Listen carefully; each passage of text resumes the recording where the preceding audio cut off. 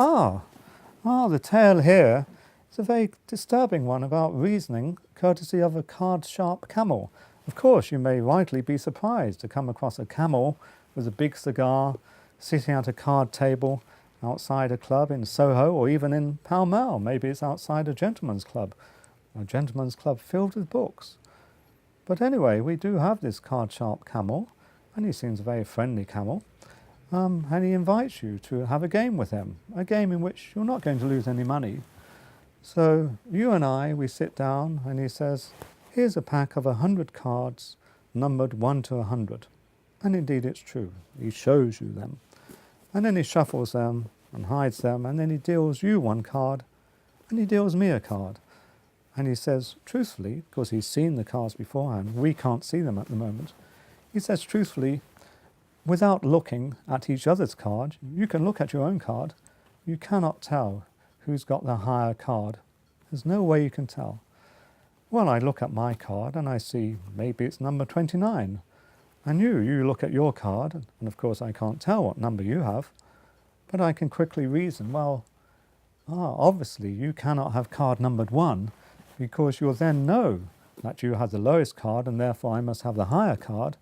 And so therefore I'm sure you haven't got card number 1, and you're able to reason in the same way that I can't have card number 1.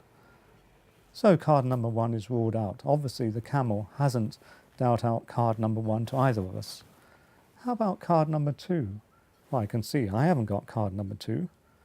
But of course I know that you can't have card number 2 either, because you know it can't be card number 1 which you're being dealt, so the lowest card you would then have to be 2. But he said we can't work out which is the lower card.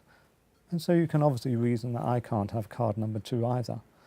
And so by that line of reasoning, each one of us reasoning through what the other one reasons, we can keep on ruling out each card. Bizarrely, even though I'm looking at card 29, by the same reasoning, somehow I'm ruling out card 29 as well, which is even more baffling. And so what's gone wrong? The camel just smiles behind the smoke of his cigar, as we realise we've got a wonderful piece of reasoning here, which seems to make it impossible that either of us have got any cards at all. And yet surely it is the case, and it is the case that maybe I've got the lower card, I've got 29, maybe you've got card 67. Reasoning, logical reasoning, maybe it's not all it's cut out to be. Maybe it needs a bit of challenging. I don't know how we're going to challenge that reasoning. It certainly is baffling to my mind. I think I'll turn the page and look at something else.